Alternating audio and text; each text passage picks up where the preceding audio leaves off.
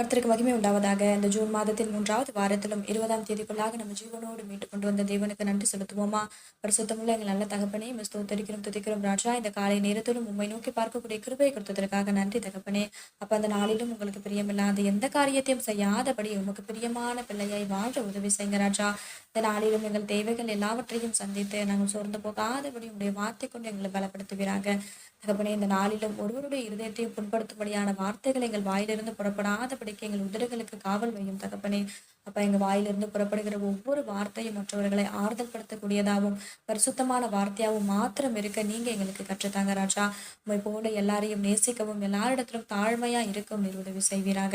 இந்த நாள் முழுவதும் உங்களுடைய சுத்தத்தின்படி எங்களை வழிநடத்தும். இந்த காலை நேரத்தில் ஜெபிக்கிற ஒவ்வொருவரையும் ஆசீர்வதிங்கப்பா. அவர்கள் குடும்பங்களையும் உங்களுடைய சட்டைகளால மூடி மறைத்து பாதுகாத்துக் கொள்ளும். துதிகன மகிமையெல்லாம் ஒருவருக்கே செலுத்துகிறோம். இயேசு கிறிஸ்துவின் நாமத்தில் ஜெபிக்கிறோம் எங்கள் ஜீவனுள்ள நல்ல பிதாவே.